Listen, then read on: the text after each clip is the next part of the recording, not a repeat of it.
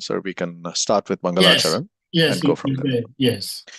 Om Jnanatimirandasya Jnananjanashalakaya Chakshurunmilitam Yena Tasmai Shri Gurave Namaha. Namo Om Vishnupadaya Krishna Prasthaya Bhutale Srimate Bhaktivedanta Swamini Te Namine. Namaste Saraswate Deve Gaurvani Pracharine Nirvishesha Shunyavadi Pashata Deshtarine. Jai Shri Krishna Chaitanya Prabhu Nityananda Shri Advaita Gadadhar Shivas Adi Gaurav Bhakta Vrinda Ki Jai. Hare Krishna Krishna Krishna Hare Hare Hare Ram Ram Ram Hare Hare. So again, welcome and thank you for giving me this opportunity to be over here, and also my obeisances to all of you. And if during the course of this discussion, if there are things that that resonate with you, that you like, please know that this is entirely the product of our Gurujanas. So they should 100% get the credit for it. And of course, if there are things that are deficient in the presentation, then they are certainly my personal deficiencies. And please feel free to correct those deficiencies. Okay. With your Hare Krishna. permission, Prabhu, Thank you so would you much. like me to begin or would you like me to wait for some time? I just wanted to announce briefly that we're very grateful that you honored our invitation to be with us today. Dear devotees, this is our beloved Pandit Shrivas. It's beautiful we call him that way, Pandit Shrivas, because we have another devotee who happens to be one of our own, who is called Shrivas. Of course, he's Shrivas Manachari. So we do not get the names confused. We do not get the personalities confused. But after the Bhagavatam Katha, we would like to say a little bit more about this devotee speaking with us today, His Grace Srivas Pandit Prabhu.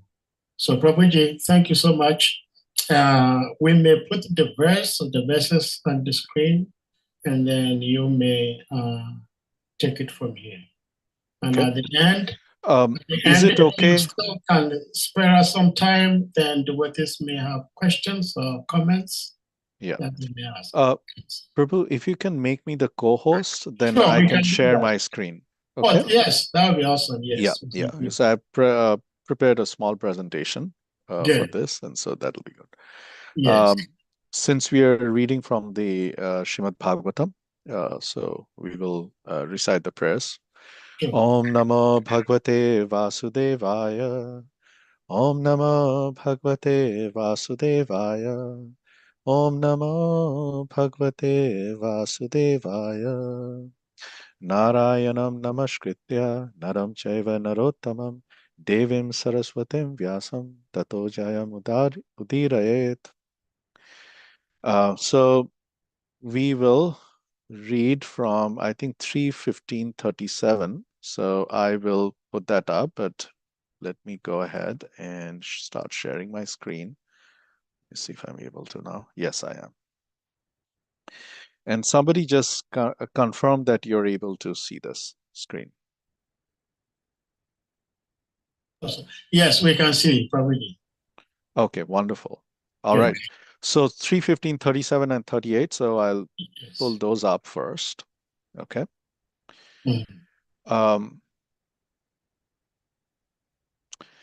Evam tadaiva bhagavan arvindanaabha swanam vibhutya shraddhatikramam aryadritya tasmin yayo paramahamsa mahamuninam anveshaniya charano chalayan sahashri. The translation and purport by His Divine Grace A.C. Bhaktivedanta Swami Srila Prabhupada. Translation. At that very moment, the Lord, who is called Padmanabha, because of the lotus grown from his navel, and who is the delight of the righteous, learned about the insult offered by his own servants to the saints. Accompanied by his spouse, the goddess of fortune, he went to the spot on those very feet sought for by recluses and great sages. Purport: in Bhagavad Gita, the Lord declares that his devotees cannot be vanquished at any time.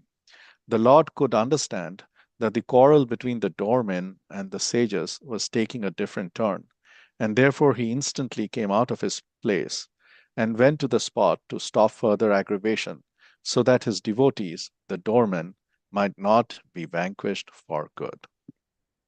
Text number 38. I just noticed that one of the devotees who's joined is Sakri Prabhu. She's very good at reciting the Sanskrit shlokas in perfect pronunciation. So, Sakri Prabhu, would you do us the honor of reciting 315:38, please? Hare Krishna Prabhu, please accept my respectful obeisances to all the Vaishnavas and Vaishnavis assembled here today. All glories to Srila Prabhupada. Yeah. Tam Tvagatam. I would like to read from the Devanagari, please. Yes, Sorry. thank you. Tam Tvagatam Pratiritaupaikkam Swapumbhes Te Chakshataksha Vishayam Swasamadhi Hamsa Shriyor Vyajanayo Shiva Vayulolat Chubhrata Patra Shashikesar Shikarambum. Hare Krishna. Would you do the honor of the translation as well, please? Sure, Prabhu. The sages, headed by Sanak Rishi, saw that the Supreme Personality of Godhead Vishnu, who was formerly visible only within their hearts in ecstatic trance, had now actually become visible to their eyes. As he came forward, accompanied by his own associates bearing all paraphernalia, such as an umbrella and a chamar fan, the white bunches of hair moved very gently, like two swans, and due to their favorable breeze, the pearls garlanding the umbrella also moved like drops of nectar falling from the white full moon or ice melting due to a gust of wind. Jai. Thank you. Sadev Prabhu, would you want to please read from the purport? Purport. In this verse, we find the word achakshataksha vishayam. The Supreme Lord cannot be seen by ordinary eyes, but he now became visible to the eyesight of the Kumaras. Another significant word is samadhi bhagyam. Meditators who are very fortunate can see the Vishnu form of the Lord within their hearts by following the yogic process. But to see him face to face is a different matter. This is only possible for pure devotees. The Kumaras, therefore, upon seeing the Lord coming forward with his associates, who were holding an umbrella and a chamara fan, were struck with wonder that they were seeing the Lord face to face. It is said in the Brahma Samhita that the devotees, being elevated in love of God, always see Shamsundra, the Supreme Personality of Godhead, within their hearts. But when they are mature, the same God is visible before them face to face. For ordinary persons, the Lord is not visible. However, when one can understand the significance of his holy name, and one engages himself in the devotional service of the Lord, beginning with the tongue, by chanting and tasting prasad, then gradually the Lord reveals himself. Thus, the devotee constantly sees the Lord within his heart, and in a more mature stage, one can see the same Lord directly as we see everything else. Hare Thank Krishna. you. Thank you so much. So now I'll start sharing. Okay. So 3:15:37, very quick recap. At that very moment, the Lord, who is called Padmanabha, so Lord Narayan, because of the lotus grown from his navel, and who is the delight of the righteous, learned about the insult offered by his own servants to the saints, So learned about what Jaya and Vijay did to the four Kumaras, and accompanied by Lakshmi, by Sri Lakshmi, by his spouse, the goddess of fortune. He went to that spot, which was the spot, the gateway to the final gateway to his kingdom, to the spot on those very feet sought for by recluses and great sages. So immediately he rushed over there. So this is very significant. And then, as when he went over there, the sages, so these are the four Kumaras headed by Sanak Rishi, they saw the Supreme Personality of Godhead Vishnu, Narayan, who was formerly visible only within their hearts. So they had been meditating in ecstatic trance, so they were visible within their hearts, but now they became visible, the Lord became visible to their eyes. And as the Lord came forward, there's a description of the Lord and his appearance. He's accompanied by his own associates bearing all paraphernalia, such as umbrella, chamara fan. The white bunches of hair move very gently like two swans. This is beautiful, very poetic. And due to their favorable breeze, the pearls garlanding the umbrella also moved. So the chamara fan's bunches of hair is the one which is described over here. And due to the favorable breeze, the pearls garlanding the umbrella also moved, like drops of nectar falling from the white full moon or ice melting due to a gust of wind. Okay. So we must have already gone through the understanding of what transpired before this. So the four Kumaras were meditating, and at a certain point of time, they were overcome by this desire, and the trigger for that desire was the beautiful fragrance of the manjaris which are offered at the lotus feet of the Lord. They are overcome by this desire to witness those very lotus feet. And so they come all the way to to the Vaikuntha planets, and they pass through 6 different gates, and they don't even see those gates. Nobody stops them. They are completely impervious to those gates, and then they come to the 7th gate, and then they are stopped by these 2 doorkeepers, these gatekeepers, Jaya and Vijay. And Jaya Vijay address them because the 4 Kumaras are these appearing like little kids who don't have a single element of garment about them. And they stop them and say, okay, who are you? And you cannot come over here. You are not allowed to be over here. And as soon as they disallow the Kumaras, they become very angry. It's not just what is said, but how it is said. And so the Kumaras, in their anger, immediately curse these 2 doorkeepers, and using very choice words, say that, well, you're not fit to be doorkeepers, and so on, and therefore you should be vanquished in a different realm. And so we'll talk a little bit about that curse, but first we are going to debate both sides of the equation. So then there are 2 things with 2 aspects with regards to the doorkeepers and 2 aspects with regards to the Kumaras. The doorkeepers, were they or were they not justified in stopping the Kumaras? And the Kumaras, were they or were they not justified in their anger? So I'm going to open this up to the very first one. The doorkeepers were justified in stopping the Kumaras. Let me stop sharing so I can see your hands. How many of you feel that the doorkeepers, just virtual hands, were justified in stopping the Kumaras? Okay. What arguments can you come up? Very nice. Yes, Satya Prabhu. What argument can you come up for your justification that the doorkeepers were justified in stopping the Kumaras? Hare Krishna, thank you for this opportunity. I do not know for sure why, but I am just thinking that since they are doorkeepers and they've been doing it for so long, they can know who has the rights to enter and who has no right to enter. And so I believe, this is my speculation, please. I believe that Jai and Vijay, with their experiential knowledge, understood that the Kumaras were not fit to enter. Okay. And therefore, they stopped them. Yeah. So if I were to summarize, I would say based on their job description and their experience, they could ascertain that the four Kumaras were not fit to enter that kingdom.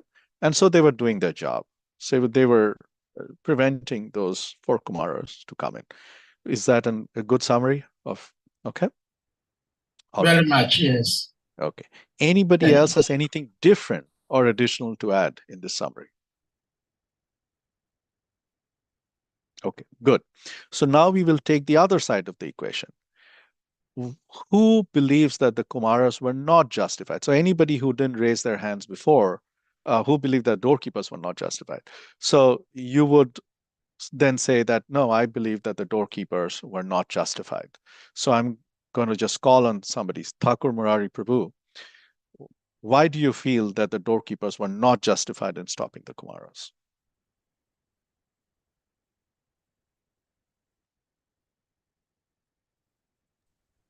Thakur Murari Prabhu? Yes, please you may unmute, Thakur. Okay, Thakur Murari Prabhu is in Samadhi, so we should not disturb him. Yeah, I'm here. Yeah. Yeah, I'll are you go. there? You came out? You okay? All right. Yeah. So tell us, like, why do you feel that the doorkeepers were not justified in stopping the Kumaras? Well, they were not justified. When I'm thinking, based on their level of knowledge, they should know that these were personalities that were fit and proper. Maybe I'm just saying that since just that my little take on it. Not sure I'm either or what I'm saying that since I'm out to say why they weren't proper, I'm thinking that we're saying you shouldn't. So is that doorkeepers weren't not justified? Is that what I was asked to do? Yeah. So previously we discussed why we felt that the doorkeepers were justified to stop the Kumaras. Now we are debating the other side. Why we believe that the doorkeepers were not justified to stop the Kumaras. I'm saying they should have known that these were personalities that. Okay. They should have Well, known. Okay, so that's good. That well, these are All fit right. and proper. Okay, we'll keep this crisp, otherwise we'll be here all night. So who else would like to comment? Like, why do you believe that the doorkeepers were not justified? Anybody? Loka Devi, do you have an opinion over here? Okay. Or Hamsaduta Prabhu? Yeah. All right. Madhuvan Prabhu? Hare Krishna. Yeah, go ahead, Hamsaduta Prabhu. Go ahead. Okay. I think before you reach where the Vijay Magai, where the doorkeepers is, we have to pass through some gates with qualification. So they should have known that they are qualified to pass through all these gates before they reach there. So they should have made more inquiries before telling them not to, like rejecting them. This is my little understanding. Very nice. Very nice. So yeah, so I'll summarize what some of you said, and then I'll add a few more points. The Kumaras have been on a journey. They have passed through many gates. The two doorkeepers are very intelligent people. They are, after all, the devotees of the Lord. They have been serving the Lord for many years. They could understand that who is qualified and who is not qualified. If these four Kumaras have been able to come all the way over here, then certainly they have some qualification. If at all anything, the worst case would be that, yes, they have ample communication to even reach there, so we should talk to them very nicely. If there are some people who have come to visit the king, and then there are doorkeepers who are guarding the kingdom, at the very least, their job, their profession should be to ask, like, oh, my dear friends, you must have traveled from so far. Please tell us why you are here. What can we do for you? The doorkeeper's job is to serve the people, not to, rule over anybody, not to prevent anybody from, doing um, something which is genuine. Okay. Another thing, where are these people? Where is this entire Leela happening? This Leela is happening in Vaikuntha. In Vaikuntha, you are expected to have a, a, a, a vision of equanimity, of equality, right? You should see that everybody is equal. Everybody is, after all, the devotee of the Lord. Everybody is a child of the same father. And if you read some of the commentaries from the acharyas, they will say that, look, this is what the Kumaras, when they were cursing Jay and Vijay, that's what they were saying, that you and I, there is actually no difference. You, my dear doorkeepers, are seeing difference where you should not be seeing any difference. And why we are the same? Because we are born of the same father. We are born of Vishnu, as in the Lord Nara and the Lord Vishnu is our combined father. So why is it that you are making that distinction between enemy and friend? Because if it was really a friend, it was really a brother, then we would be there serving the Lord together anyways. The very fact that you prevented us from going in means you are making a distinction. So therefore, actually, it is not so much that we are not qualified to enter there, it is more that you are not qualified to serve here. You see? So that is the argument that internally the Kumaras are making, even externally also. Okay, so this is why the doorkeepers are not justified. So now we will look at it from the perspective of the four Kumaras. So the first perspective is the Kumaras are justified to display that anger. Anybody would care to share very crisply why you feel that they are justified to display their anger, to curse these two doorkeepers?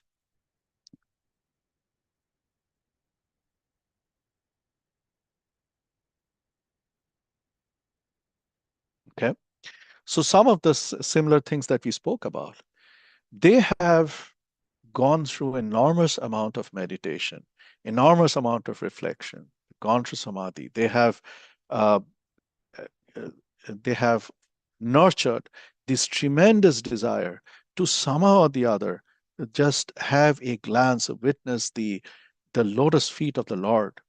And they have undertaken this not just this tapasya, this austerity, but this journey, and with this intense desire to fulfill just that. And all of a sudden, after coming all the way over here, they are being prevented. And not only are they being prevented from concluding their journey, but they are prevented in a very harsh way. They're stopped in a very harsh way with rude words, with rude actions. The staff is just, put in front of their face and so on. So naturally, that it is very natural for them to get annoyed, for them to get angry. But now we will argue the other way around. Why is it that it is not the right thing for them to become angry? Why is it not justified? Yes, Satya Prabhu, go ahead. Hare Krishna. Hare Krishna. Yes, go ahead, Madhuvan, go ahead. Please. Okay, Hare Krishna, Prabhu. Thank you very much. From our own perspective, we can see that the four Kumaras, they are just like a disguise. They disguise their own identity because they remain very young, just like a small child, not properly dressed. So sometimes, somehow, one might think these young guys, they are so whimsical, they just come here to disturb my master. So unless they are able to plead or convince the doorkeepers the reason why they have to come in. So for them becoming hungry, I don't think they have the justification to be hungry, and that could even prevent their chances of having to go into the Vaikuntha. Hare Krishna. Okay, very nice, very nice. Yes. Sadeh Prabhu, would you like to add anything different or say anything different? Yeah, Hare Krishna, thank you for the opportunity. I feel that the mere fact that the Kumaras cursed Jaya Vijay indicate that they are not qualified to be in Vaikuntha. Because in Vaikuntha, everybody is supposed to care for each other, to love each other, to love Krishna. And for them to be angry to a point that they cursed Jai Vijay means that they don't belong there. Very nice points. You guys are 100% right. So just like they were accusing the doorkeeper, the four Kumaras were accusing the doorkeepers that, hey, you're not having this equal vision. Guess what? Even the four Kumaras were not having equal vision. And also, like Sadeh Prabhu mentioned, anger is a symptom of a Rajogun, sometimes even Tamagun, right? So that is anger usually manifests in that way, especially anger towards oneself, like not towards something, towards others when they are blaspheming the Lord or the devotees, but anger towards somebody when an insult or a slight is directed towards oneself. So that's where one says that, oh, your ego is hurt and therefore you're angry. But these four Kumaras are supposed to be liberated. What does liberation even mean? Liberation means that you're no longer within the confines of the three gunas, of the gunas of sattva, rajo, and tamas. So the question of being angry when a slight or insult is directed towards oneself should not arise in a liberated state of mind. So technically, they shouldn't be angry. Spiritually, they should not be angry. And therefore, the manifestation of that anger is not justified. So you see, isn't this an interesting thing where we debated these four different areas? Okay, so I'll now go back to sharing my screen and I will show you some more interesting things about this. So this comment about this topic about who is at fault. Sadeh Prabhu, did you want to say something more, or is it your hand raised from the previous? Sorry, previous. Okay. No worries. Okay. So this topic about who is at fault has been a matter of great debate amongst our acharyas. Some said that, oh, the Kumaras are 100% at fault. Some, the doorkeepers, Jai and Vijay, are 100% at fault. And some were a little bit mixed. And let's see what Srila Prabhupada has to say. So Prabhupada has debated both sides of the equation. And so when I'll share this presentation, you can take a look at it. In different purports, he has supported the justification of the anger, and in other purports, he has suggested that the anger is not entirely justified. And some of the justifications which he has given is like, look, the etiquette in Vaikuntha, like we were saying, is that you should have that equal vision. And over here, the equal vision was not followed, and the way the two doorkeepers stopped the four Kumaras was very harsh, very rude, and so there is a significant seriousness of offense, and so on and so forth. And then also the offense doesn't matter whether the offense is done in ignorance or in full cognizance. In this case, there was a will from for the two doorkeepers to do things differently, right? So they could have very nicely requested or inquired to the four Kumaras that, my dear sirs, please tell us why you're here. How have you come over here? given them a place to sit, welcomed them, and then probably taken them or understood or interrogated them, but in a nice way.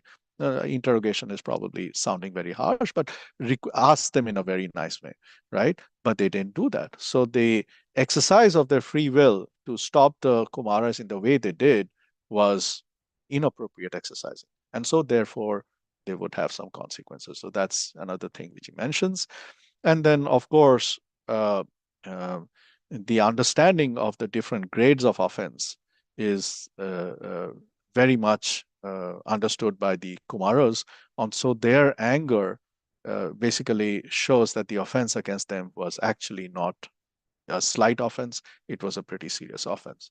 And then, of course, he argues the other side, and mostly he goes into, he converges on the point that, look, at the end of the day, this is orchestrated by the Lord. So we will talk about a little bit about that later on.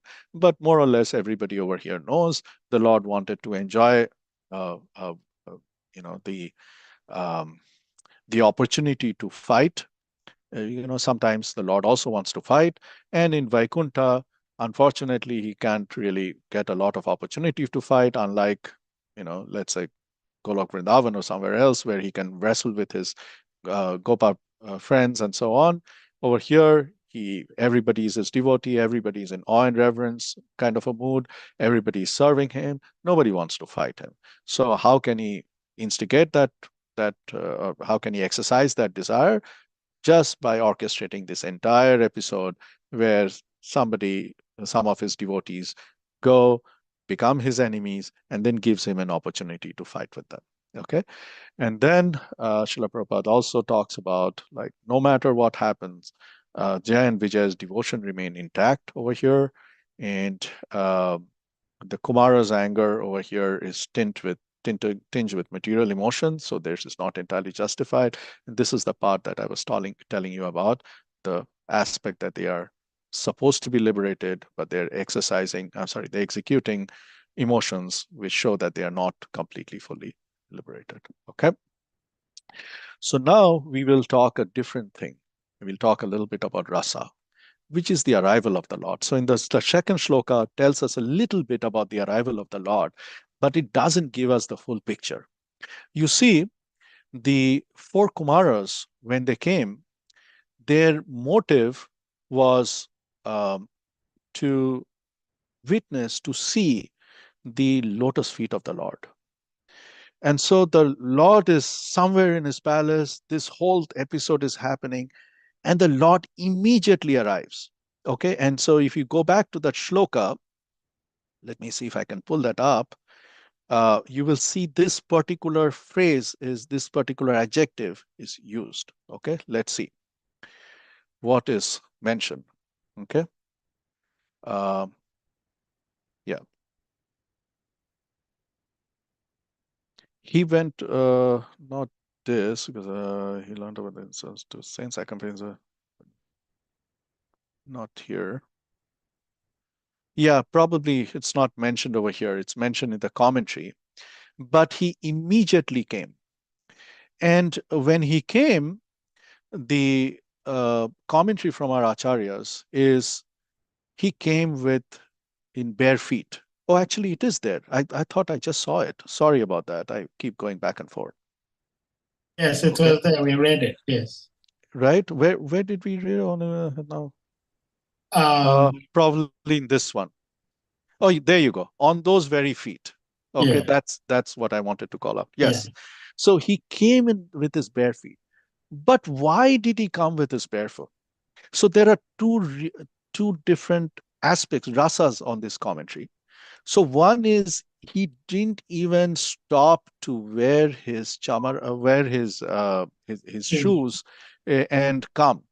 So he came immediately. And in fact, when the painting was done to depict this particular event, Srila Prabhupada specifically dictated that show that Garuda is in the background and um, Lord Narayan has his hand on Garuda.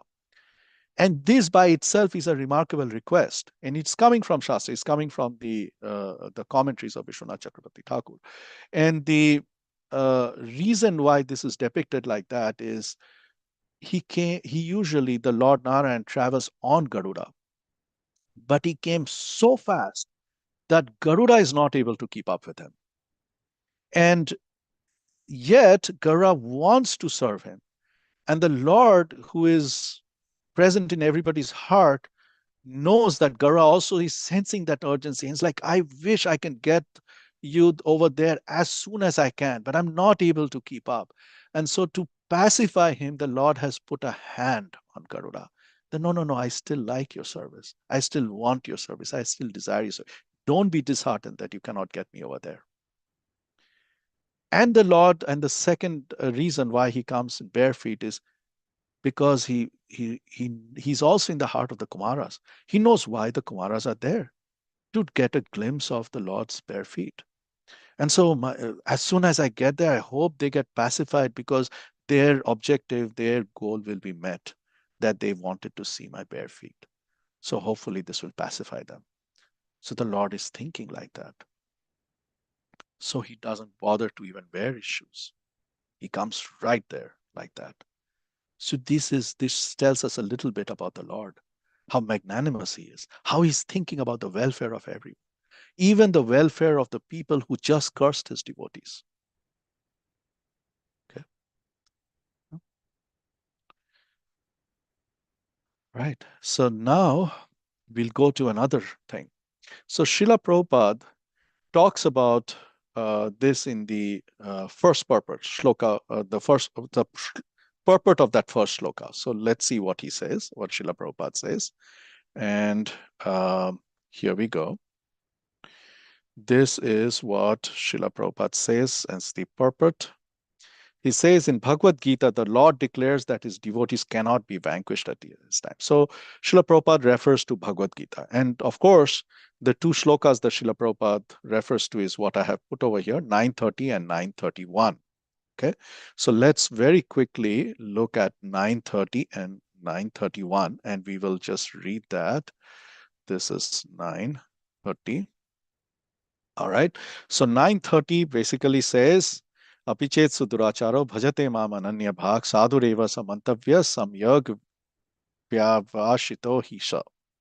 Even if one commits the most abominable action, if he's engaged in devotional service, he is to be considered saintly because he's properly situated in his determination. And then 31, the very famous shloka, we say, Shipram bhavati dharmatma sasva shantim nigachati kaunteya pratijanti janihi name bhakta pranashyati. He quickly becomes righteous and attains lasting peace. O son of Kunti, declare it boldly that my devotee never perishes. So Srila Prabhupada takes this and ties these together and gives that commentary over here in the purport, that the Lord declares that his devotees cannot be vanquished. So now we are going to go a little bit deeper into this, and I need somebody's help. So the help I need is for somebody to read this purport from 930, and then we'll read 931. This is the commentary by Vishwanath Chakrabarti Thakur. Let's see if we can see the commentary by Vishwanath Chakrabarti Thakur. Yes, this is the commentary by Vishwanath Chakrabarti Thakur. Okay, so who can read? Why don't you only read, Sahadev Prabhu, and go slowly so we can follow this. Okay, so this is a commentary by Sri Vishwanath Chakrabarti Thakur of Gaudiya Sampradaya. My attachment to my devotee is my very nature. So this is Krishna speaking, right? Yeah. That attachment does not decrease even if the devotee commits wrong, for I make him come up to the highest standard. If someone with bad conduct, addicted to violence, thievery, or adultery, Sudaracharaha, worships me and worships no one except me, and does not follow any other process like karma or jhana, and has no other desire than my desire, Ananya back. He is my devotee. He's a sadhu. But considering his bad conduct, how is he a devotee? He is to be respected, mantavyaha, as a devotee because of his devotee qualities. It is a command. Not doing so is offense. My order is the authority. So he should be considered a devotee in that portion where he worships you, and as a non-devotee in that portion where he commits adultery. No, he should be considered as a devotee ever in all his parts. You should not see his bad qualities at all. He is completely convinced, samyak vyava shitaha. He makes a splendid resolution. I will go to hell for my sinful actions which are hard to give up, but I will not give up dedicated worship of Krishna. Okay. So now we will go to 31 and do the exact same thing. We will read the purport, the commentary of Vishwanath Chakravarti Thakur from 31. Okay. Right. Go ahead. So 31, this is same from Vishwanath Chakravarti Thakur. How can you accept the worship of such a sinful person? How can you eat the food and drink offered by a heart contaminated with lust and anger? Very quickly he becomes righteous. The present is used and not the future to express the fact that having committed sin, by remembering me, he becomes repentant and very quickly becomes righteous. Oh, how fortunate I am. There is no one as low as I, bringing bad name to the devotee. Repeatedly, Sashwat, he feels completely disgust, santim, or the use of the present tense can indicate that in the future, he will develop righteousness fully. But even right now, it exists in a subtle form. After taking medicine, though the destructive effects of fever or poison remains the same, remains for some time, that is not considered seriously. Thus, with the entrance of bhakti in his mind, the sinful actions are not taken seriously.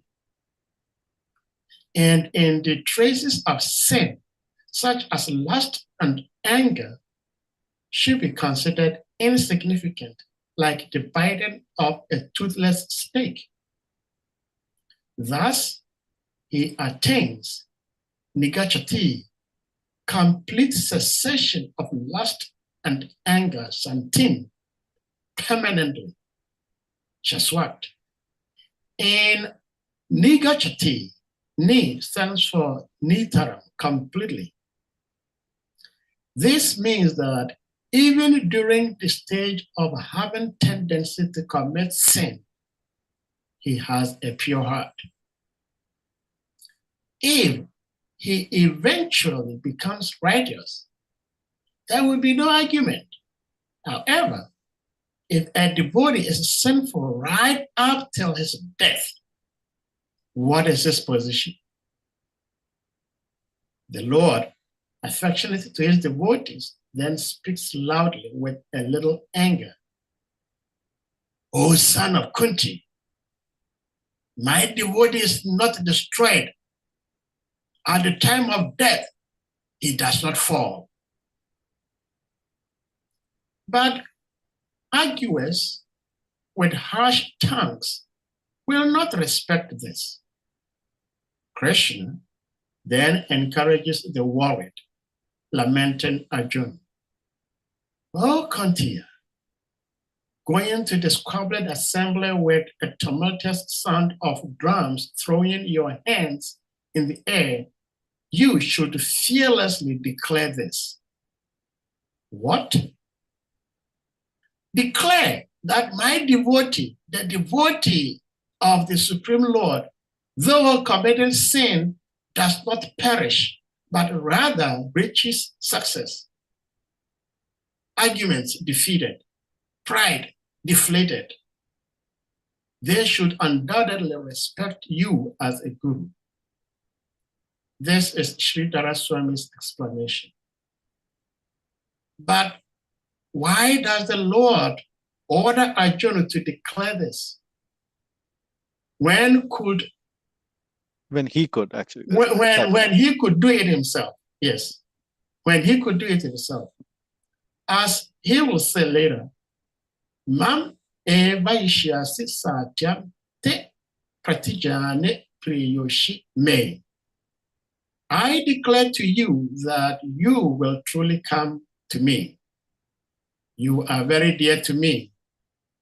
That's Bhagavad Gita 1865. In the same way, why does he not now say, I declare, continue, that my devotee does not perish?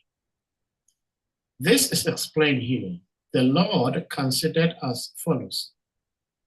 Being affectionate to my devotee and not tolerating even a slight degradation of my devotee, I will under all circumstances uphold the declaration made by my devotee. Whereas I can break my own promise and accept criticism of myself, just as in breaking my own promise and fighting with Bhishma. I fulfilled Bhishma's promise. Thus, hearing a declaration from my mouth, the materialistic disputers will laugh, but they will accept Arjuna's declaration as written on stone. Therefore, I will make Arjuna make the declaration. And thus, after hearing about Ananya Bhakti and the descriptions of the Ananya Bhakta, one should not accept the statements of the unlearned who think that this declaration does not apply in cases where attachment to others' wives and children, sinful acts, lamentation, illusion, lust, anger, and other despicable qualities manifest. So this is an incredible set of purpose, isn't it? And this incredible set of the commentaries reveal to us something which is fundamentally present in the Lord and fundamentally defeats some of the other things which we know about the Lord, which is the Lord is impartial to everyone. No. In the Bhagavad Gita, in the chapter where this is mentioned, it is the most confidential knowledge. And the most confidential aspect of it is not just related to how to worship the Lord, how to build a personal relationship with the Lord. That part is there. There is a lot of confidentiality over there as well. But the most confidential thing is something which is not stated explicitly, which somebody has to dig, like an archaeologist, and extract from these purports, and which is the Lord is completely partial to his devotees. If you are the devotee, you can literally get away with a lot of these things, assuming the conditions are that you're doing Ananya Bhak, you're worshiping the Lord and the Lord only. You never give that up. You have the remorse in your heart that, my dear Lord, I'm not able, for the weaknesses of my heart, the conditioning of my lifetimes is preventing me from approaching you with complete pure thoughts, pure words, pure deeds. I'm struggling. You please come and help me clean this up, please, because I'm not able to do it by myself. And at that point of time, the Lord is, yes, my devotee will not perish. They will not perish whether they're doing something today, they're struggling with it for this lifetime, they might be struggling with something for many lifetimes, who knows? But he will not perish. Okay. So this I thought I would share with you, this beautiful feedback. I'm going to pause here, and before we go any further and hear any comments about any one of these purports or about what we have read so far. And then we have a few more things before we wrap up. Okay. Are you all enjoying this? It was good? Yes, So Madhavan much. Prabhu? Go ahead, Madhavan Prabhu. Hare Krishna, Prabhu. Thank you very much for this discussion. But personally, I have some personal experience, which is giving me some doubts. Because, for instance, there's a particular devotee. I'm a temple president, so I'm in the management. So I'm in charge of the temple in Nigeria, here, Ibadan. But there's a devotee, he's been a member for at least 40 years now. I apologize for There are interrupting, many Prabhu. times Sometimes what we you're are saying, at least Yeah, I'm it's not able to breaking up. get it. It's breaking up. Yeah. So I would try to restate when it's done.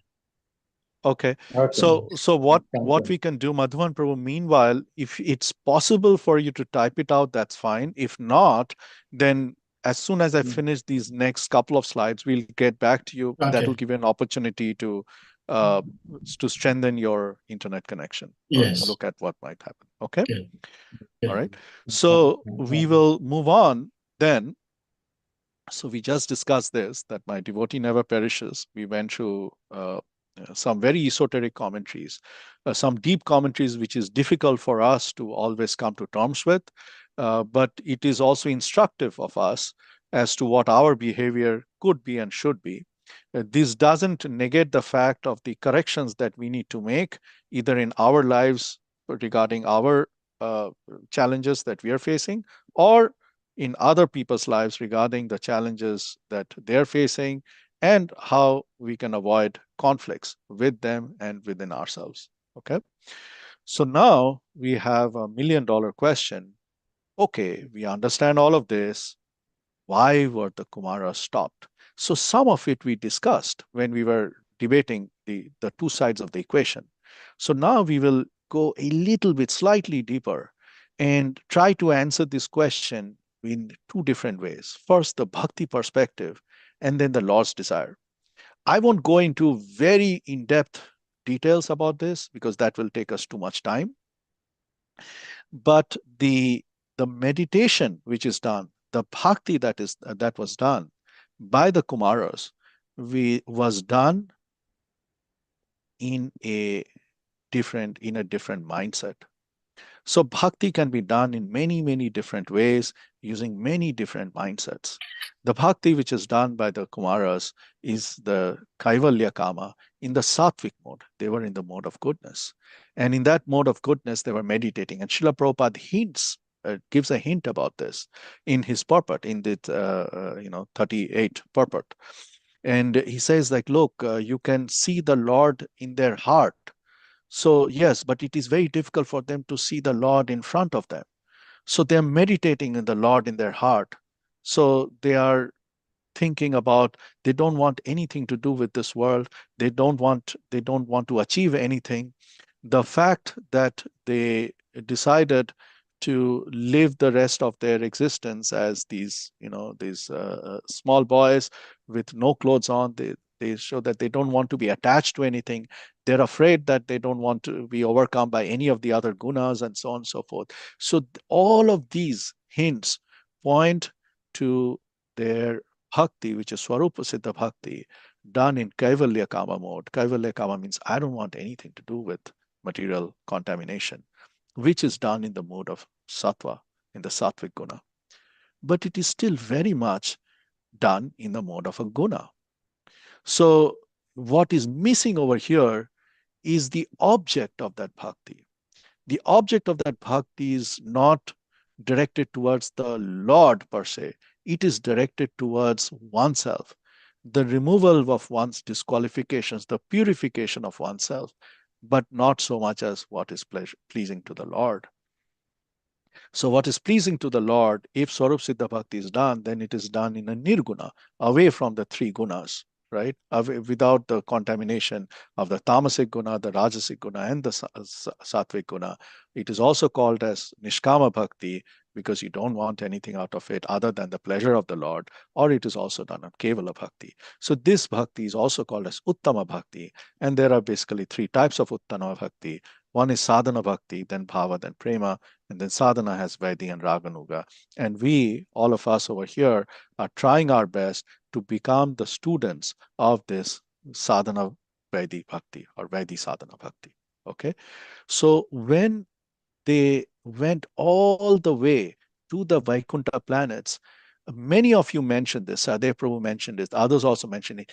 That was the max that they could go given their qualification that they have achieved by dint of their practice. They no longer had the qualification of, they not yet had the qualification of a bhakta. And so guess what they got? They got their desire, which is seeing the lotus feet of the Lord. The Lord received them at the gate and then bade them goodbye at the gate. They were not able to still enter, my dear friends. Right? So because of this aspect, this bhakti aspect, they were stopped. And then, of course, the other aspect that we've kind of spoken about a little bit, at least mentioned, is the Lord's desire. The Lord wanted to enjoy this virya, this fighting spirit, his fighting nature, right? How will he get that in Vaikuntha? For that, he has to go and fight with somebody who is his enemy. There are no enemies over there. Okay, so then Jaya and Vijaya are chosen. But why specifically? The commentary then might come that why specifically these two people? There can be other people who are there who can be chosen.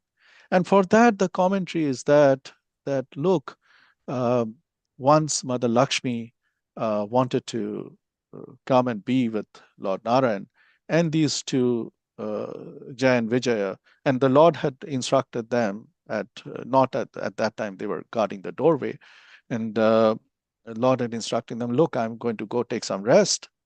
Make sure nobody is coming here to disturb me. And so Mother Lakshmi comes in, and the doorkeepers, of course, are not fools. They are not going to stop Mother Lakshmi, but they still mention to her that by the way, dear Mother Lakshmi, the Lord is resting. And Mother Lakshmi, being who she is, she's annoyed. You don't have to tell me whether my husband is resting or not. If he's resting and I go over there, I'll wake him up. That's my prerogative. If he's not resting or whatever it is, that's also my prerogative.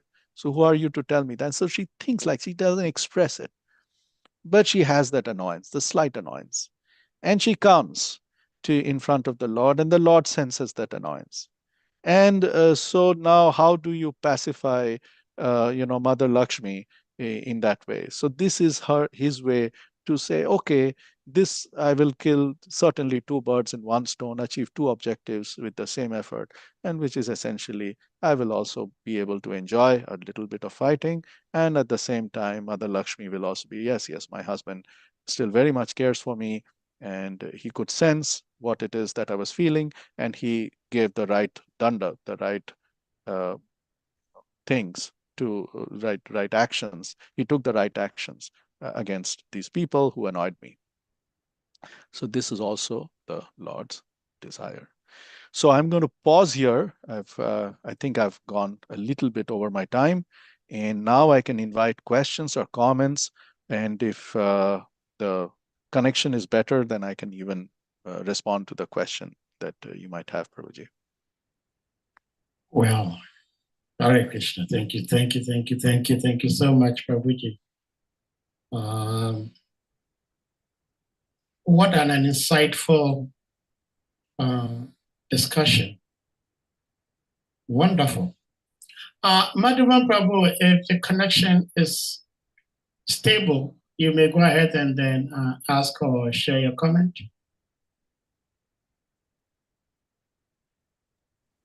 Hare Krishna. Yeah, Hare Krishna. I think it's better now. Yes. Yes, yes, lot Okay. better. Oh, thank you. So, Prabhu, from my own personal experience, there was a devotee like that, almost 40 years a member. He actually grew up in the temple in Nigeria here, but he's fond of stealing. So many times he will steal, they will detain, they will arrest him. I will go and bail him. I did that 2 or 3 times. So the devotee now said, why is it that I'm the only one always doing that? Why? Is somebody supposed to be punished? I didn't allow him to be punished. So, but the last one he did recently, he used to sell anything in the temple. And this last time, he sold Lord Jagannath Balade Subhadra, the big deities. We have the main one installed, then we have this other one open that you can use this new one to replace the old ones. So we kept it in the temple room. He sold this thing. I did not know anything about it, not until when Maharaj Bhaktisiddhanta Damodara traveled to Mauritius. Somebody now told him that his mother used to buy deities from Ibadan temple. So that was June, and this was December that I actually heard about it. So I have to pray to Krishna. By Krishna's mercy, I was able to retrieve the deities back, having spending some money. So everybody was furious about this devotee. In fact, I have to send him away from the temple. So, but this quotation that Krishna is saying that even if somebody steals, that he still remain a devotee. But I have to send him from out of the temple, you know. And people even they are still blaming me that I should have arrested him, follow him, and make sure that the person is in jail. But I don't want to inconvenience myself because I want to punish somebody. So I said, let Krishna do the rest himself. Hare Krishna. That's one personal experience. Very interesting experience and a very colorful one. So one point we must keep in mind that our mentality of, we're seeing it in the eyes of how Vishwanath Chakravarti Thakur in his commentary mentions it, and should be separated from our responsibilities of danda, especially if danda means like the right punishment or the right approach to correct somebody, especially if we are in the position to do that, because there are a few reasons why somebody is put in that position to administer the proper discipline, and also what their roles and responsibilities are having assumed that position. And one of their esoteric responsibilities is they become spiritual leaders of that community. And through that, they have to, in this particular situation, they have to prevent this particular person from shooting themselves on the foot by stealing paraphernalia, by stealing deities, stealing from devotees, taking money from hundi, whatever it is. They themselves are going to incur a lot of bad karma, a lot of negative, injunctions from many different sources. They might be committing offenses against the Vaishnavas, against the Bhaktas of the Lord, and so on and so forth, which might even derail their spiritual journey by, who knows, several lifetimes, right? So by quickly course correcting this and then giving them the right dosage, you can bring them to the point, although that medicine that we are administrating at that time might be exceedingly bitter. The example that you gave was to, let us say, call the authorities or calling the police or giving them in. On the offside, from the outside, it might seem that, oh, Prabhu, then are you not following what Vishnu? No, I still believe He's a righteous person. I know that eventually he'll become better. But right now, this is the way to make him better. Okay. It is like a loving parent who is uh, disciplining their children. Is not that the love reduces, but through the act of discipline. It is that the love is manifested. It is shown that, yes, I'm disciplining my child because I have that entire affection towards him. I'm not disciplining some stranger's child, although they might be doing the same thing, because I don't have that relationship with them. I don't feel so much in love with them as much love I feel with my own child. So similarly, this mindset should be there. Okay. Does that help, Prabhuji? Okay. All right.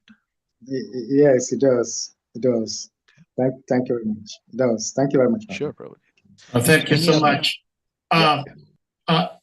Is anyone with something to ask or to share, please? But Prabhuji, like I said, thank you so much for this Krishna Katha and the way you presented it so beautifully.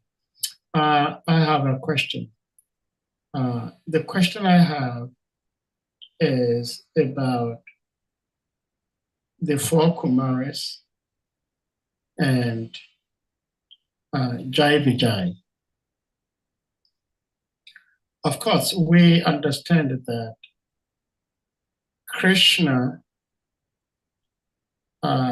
himself willed that this incident took place so that he will come on earth to have these pastimes.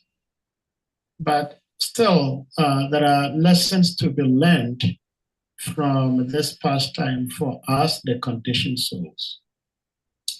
And what I want to find out is the four Kumaras, they are said to be impersonalists, at least up until the time they went to the seventh gate that they were stopped. They were impersonalists. But even though they were impersonalists, they were able to go to the gate of Vaikuntha, which is not a small feat. But we also know how strongly Srila Prabhupada was on impersonalists. And it is very natural that us being his disciples, students, followers, may also be quite harsh and heavy on these impersonalists.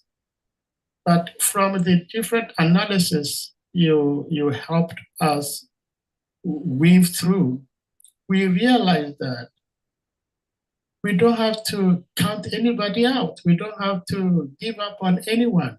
So in this condition, how do we accept the impersonalists that they are also trying to serve God?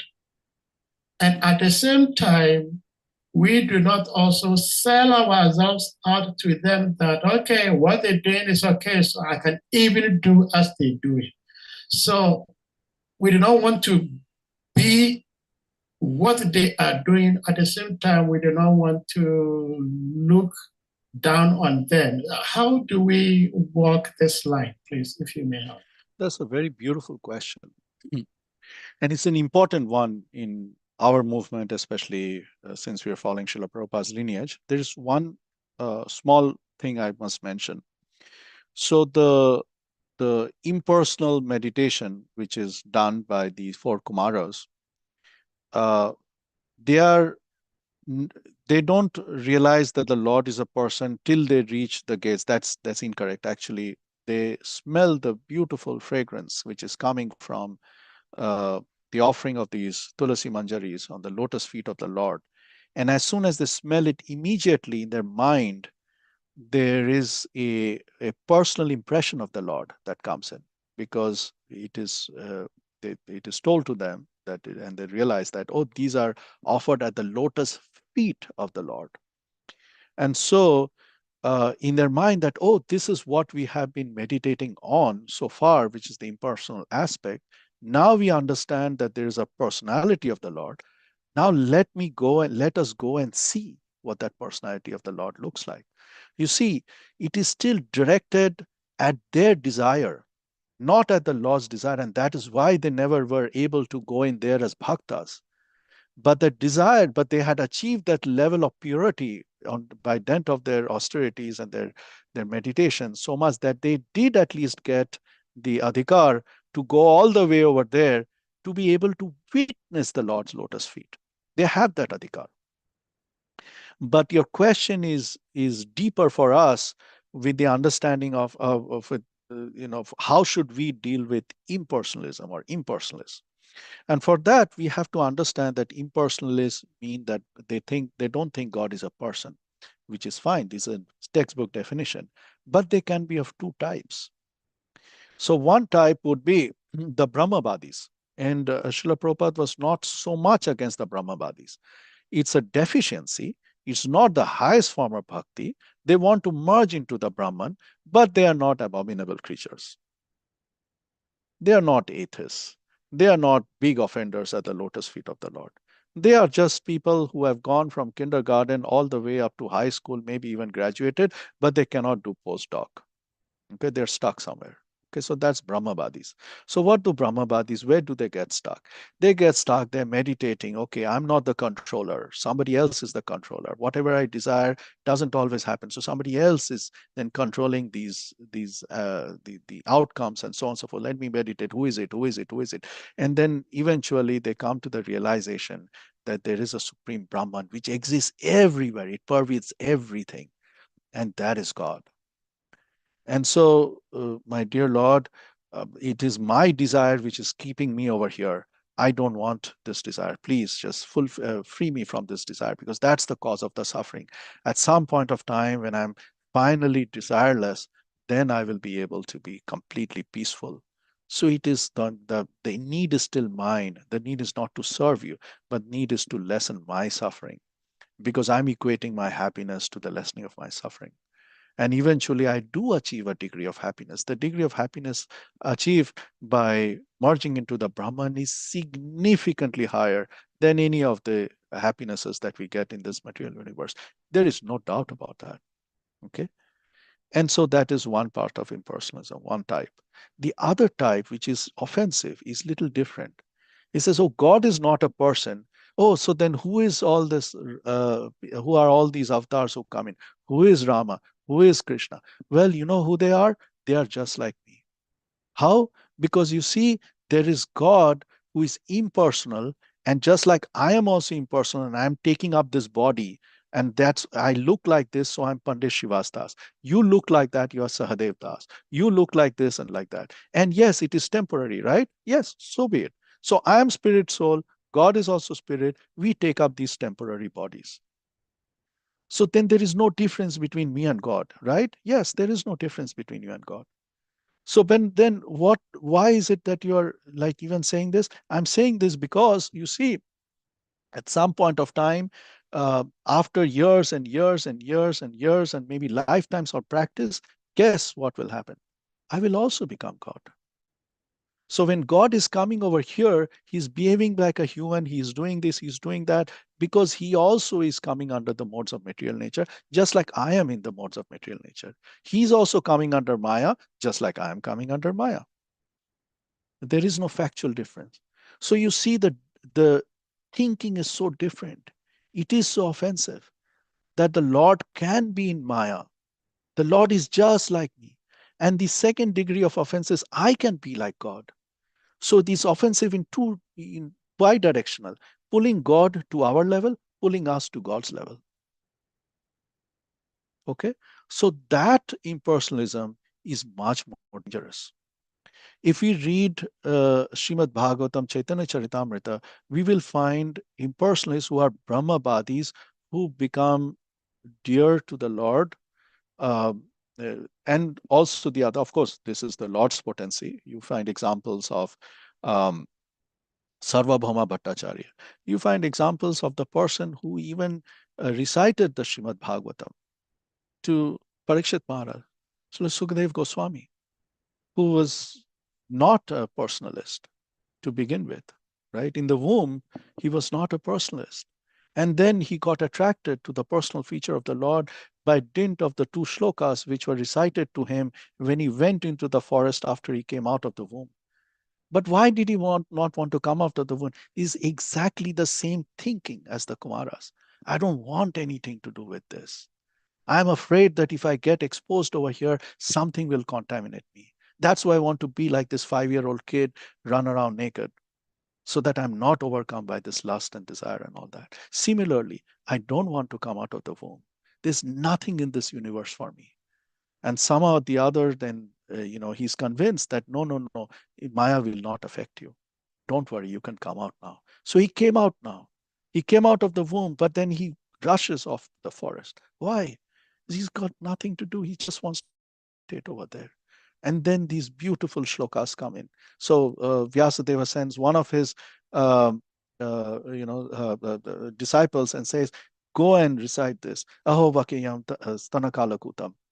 Oh, look, there is this personality who is so compassionate, so magnanimous, that the person who came to kill him, he gave her the position of a mother in the spiritual world. What? Such a person can exist? Really? Tell me more about this person. No, not today. I'll tell you tomorrow. So next day, somebody else comes, and this time they talk about the beauty of the Lord, right? And then the beauty that is just mesmerizes him. I want to know more. I want to, because they're intelligent people. Not like us. We hear about the beauty of the Lord so many times. It still doesn't, attract us. With him, it attracted him immediately. He's relishing the words. He's reading between the words. He's relishing this the symbolism of it in his mind, in the mirror of his heart. He's almost able to construct the picture of the Lord. So what does that mean? He's seeing a personal vision of the Lord. That's the transformation right there. He becomes a personalist. He said, now I want to hear more. Tell me more, tell me more, tell me more. I'm not satiated. Oh, you want to know more? Come back. Your father is waiting for you, Vyasadeva. He will tell you more. So this is the thing. So there are many such examples of how, under the guidance of a proper guru, using the right method, we can interact with the right impersonalist to navigate them back to the personal bhakti. One of the qualifications of a proper guru is tatrati daksha tatiballabhasya. We say, right, during our prayers, tatrati daksha tatiballabhasya bande guru shri charanaravindan. So the word dakshat is used. Dakshat means expertise, dakshata. So that guru is somebody who has the dakshata. He knows what will work, what will not work. Okay, how to appease, how to put the hammer down, how to twist the ear, whatever it is. Okay, all right. Does that answer your question to some degree of satisfaction, Prabhu? Oh, Prabhuji, it answers my question to over 100 degrees. Yeah. So beautiful. Oh, so beautiful. Thank you so much. Okay. We are grateful to have your association. Devotees, does anyone have something to ask? Please, let's try to be sensitive to time. Prabhuji is a civil individual. He has other things to do. So we're sensitive to the time. Shrimavara Acharya Prabhu, please be me on mute. Hare Krishna, please accept my humble obeisances. Jai. Thank you very much. Very enlightening class. Anyway, I was driving, so most of the analysis were going over my head, but I found that very deep and very interesting. And it also provokes a lot of questions. But, So the one question I'd like to ask, we heard that Vaikuntha is free from the influence of the gunas, and that not a blade falls from, not a blade of grass or a leaf even fall from the tree in Vaikuntha. But then when the scripture has to give us the narration of the fall down of Jaya and Vijay, the whole scenario is about illusion, anger coming from illusion. It's a bit mind-boggling because if Vaikuntha is free from the influence of the modes, and then when they want to play out how Jaya and Vijaya came down, of course we understand it's the will of the Lord, but why does it have to be again showing us that it's the same influence of illusion, because anger comes from illusion? So this is a bit mind-boggling, and of course you go back again. Mother Lashmi got angry and all that stuff. That's all. Like, what is influencing anger? It's illusion. So I mean, please, can you clarify this, because the narration and the Siddhanta seems to be contradictory to each other, unfortunately. But we want to believe that Vaikuntha is free from the modes of guna, or the influence of guna. But then when they're playing out how these souls come down, we're seeing the influence of evolution. So is it Yoga Maya, or is it really Maya that is influencing what's happening? No, very, very good point. It is Yoga Maya. So it is, so we are, jivas are always in Maya.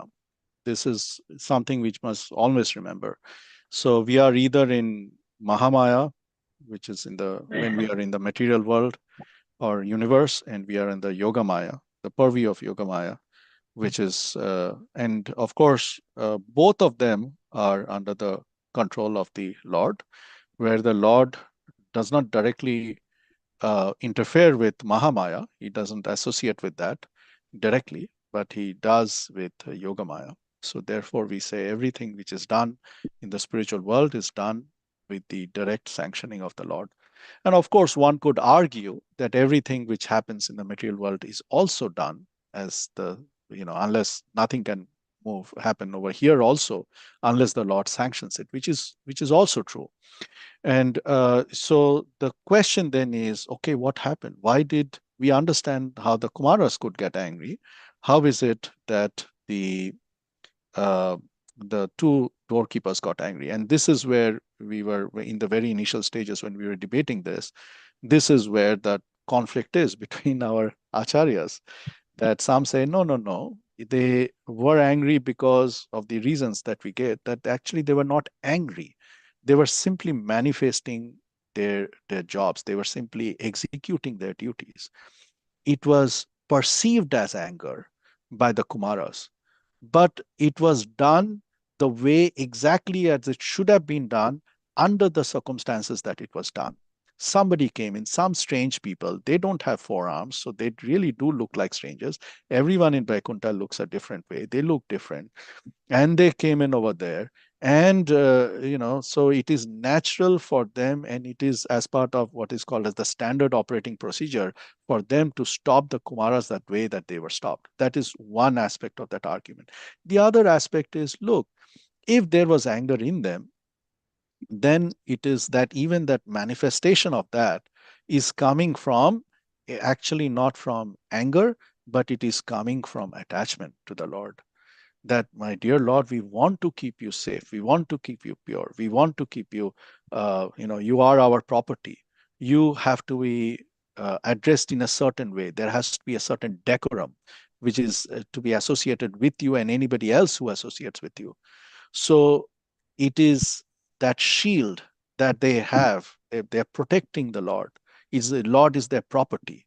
So it is not anger coming from, oh, you did something against me. It is not anger coming from a hurt of their ego, of their false ego. So no, that is missing in that spiritual realm. Like you said, it is not there in the guna. The gunas are applicable on one's false ego. That false ego has already dissolved, right? So then at that time, that anger is needed, is necessary. It is like the kind of anger which Hanuman exhibits, or other devotees of the Lord exhibit, for the protection, so-called protection, that the Lord doesn't really need to be protected, but so-called protection of the Lord, right? So that anger, Hanuman's anger, is not coming from because he's in the mode of passion. No, no, no.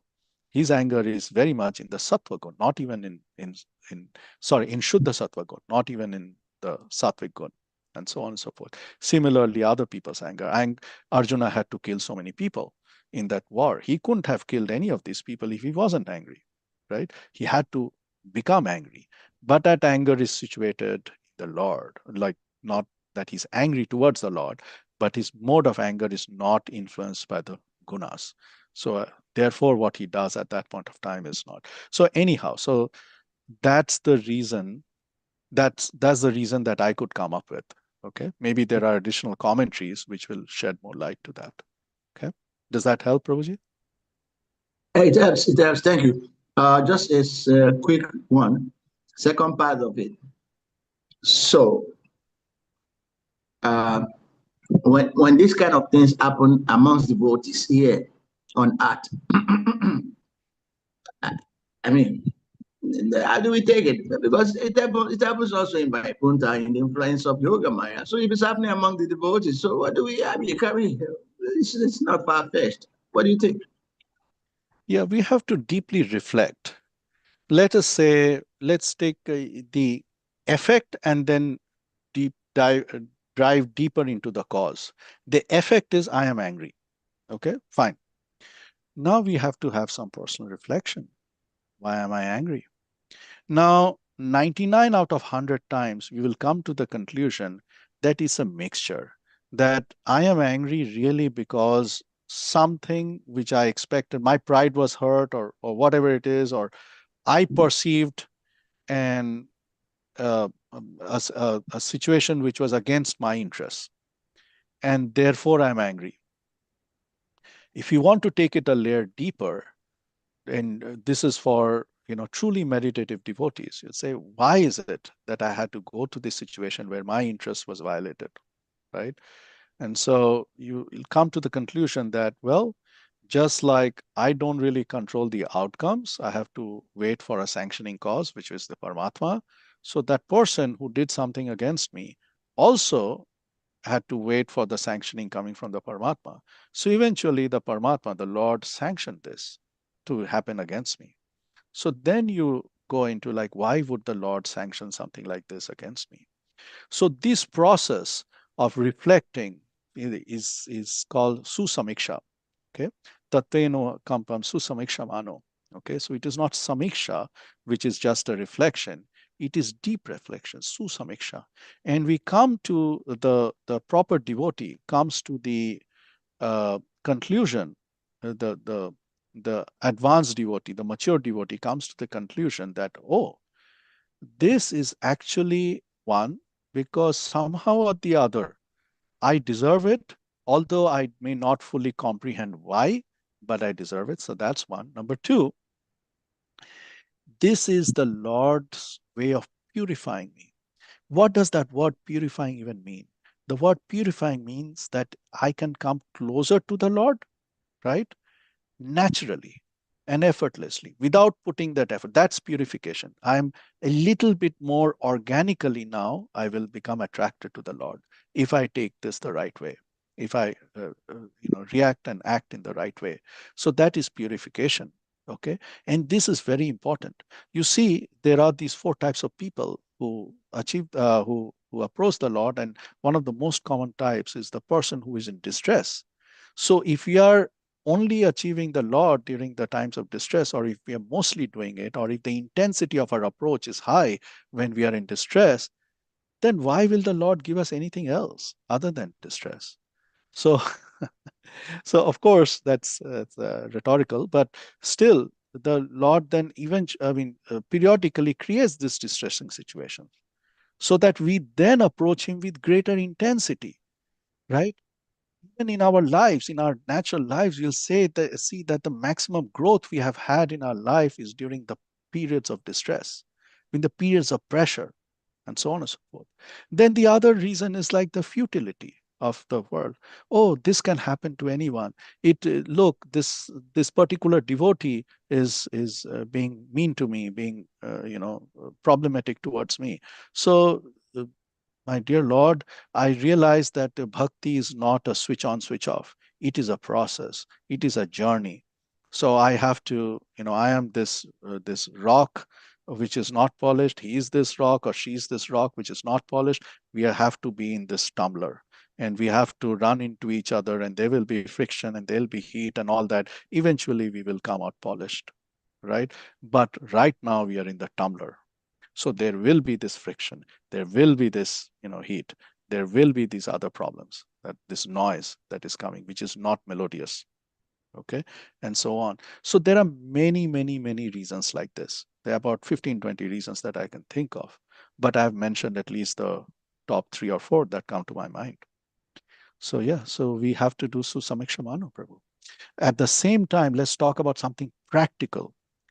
That doesn't mean that we have to go out of our way and say, oh, my dear friend, my long lost friend, you're this amazing devotee. You can keep abusing me. No problem. I'm okay. You can please use me as a doormat. None of that. You don't have to. You're not, because then you're committing violence against yourself, and also you're allowing somebody else to commit violence, which is also a violent act. Right? You're giving yourself up that, yes, come and abuse me. So no, that is a violent act. It's not a non-violent thing at all. So no, you go to the right channels to course correct that person. If you cannot do that, upeksha. Just avoid. That's it, right? Jiva Goswami Pad, or no, it was Rupa Goswami Pad, who had said like association amongst devotees, 2 major criteria, okay, Sajatiya and Snigdha. Sajatiya, of the same caste, which means same wavelength. Right? Otherwise, it doesn't really work. And Snigdha, it has to be loving. So if one of these 2 ingredients is missing, it doesn't mean you have to go and, just be great friends with the devotees. It's okay. It's completely fine. Right? Okay. All right. I would request that we pause here. Yeah. Because I'm in the middle of my workday. Yeah. Yes, Prabhuji. I can sense that. But before that happens, dear devotees, I would like to say very quickly a few words about this devotee we have today, His Grace Pandit Srivas Prabhu. It is by Sri Guru Krishna's grace that I came to know of Prabhuji. And through that, he's here with us today. And Prabhuji, I am eternally grateful to you for being here today, and we hope to have more and more of your association in the days to come. I would like to say a few things about this Prabhuji. We all remember when we used to have His Holiness Giriraj Swami Maharaj. He loved us so much. He loves us so much. And we also try to love him. We're struggling. So our love we cannot make any comparison. Prabhuji speaking here, Pandit Srivas, is a disciple of His Holiness Giriraj Swami Maharaj. And Prabhuji is in the US here. He serves ISKCON in 3 different states, Kentucky, Ohio, and Indiana. What is that? And then Indiana, yes. Of course, Prabhuji is a family man. He is married, and he does civil service, and also serves as a devotee. And actually, he holds administrative position in ISKCON. Prabhuji has professional certifications from University of Boulder Colorado, and Cornell University also. Prabhuji actually lives in Ohio. We have some of the devotees here from Ohio, but specifically Prabhuji lives in Cincinnati. We have some devotees here from Ohio, not too far from Cincinnati, actually.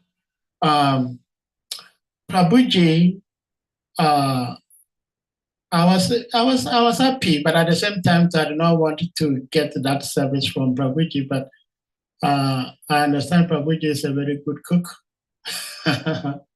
and he is very scholarly. He is a teacher, and we all can understand this teaching propensity or acumen from the way he presented Krishna Katha today. I took photos of a few of the slides, which are very, very educative. And Prabhuji, we cannot thank you enough. In fact, I made a mistake to say to Prabhuji, I wouldn't say it's a mistake. I wouldn't admit that is a mistake. But I did mention to Prabhuji that because His Holiness Guru Raj Swami has not been able to come here of late, somehow Maharaj and Sri Krishna have arranged, because we have so much love for Maharaj. He's guided us in so many ways we cannot forget. And somehow his disciple is here. So once we see the disciple, we remember the master. So Prabhuji, we are very grateful that somehow you made yourself available to be used by Sri Guru and Krishna to be here with us, to again remind us of His Holiness Giri Raj Swami Maharaj, and continuing with Sri Prabhupada's tradition. We thank you so much, and like I said, we would like to have your association more and more in the very near future. And before we do whatever, there is one last ritual we would do. But before we do that, I would like you to give a concluding remark, if you may, and then devotees will unmute, and then we chant Hare Krishna Maha Mantra to bring this to a final closure. Sure. Hare Krishna, Prabhuji. Thank you for the opportunity, and I am really not, there is apple that falls close to the tree. I am the apple that fell very far from the tree. As far as Giraj Maharaj goes, I am not capable of even lifting the shoes of his disciples on my head. They are magnanimous. I also, when I first came into the movement, I was preached to by these incredible magnanimous disciples of His Holiness Radha Swami Maharaj. And for a really long time, I wanted to actually take the shelter of His Holiness Tamal Krishna Goswami Maharaj. And I love to listen even now to many, many different speakers, like His Holiness Bhakti Vigyan Goswami Maharaj and all that. And Radha Govind Swami Maharaj, Goswami Maharaj, and so on. So the only reason I mentioned this is what would really help us. At least it helped me in going deeper into Shastra by listening to a variety of speakers from very different traditions.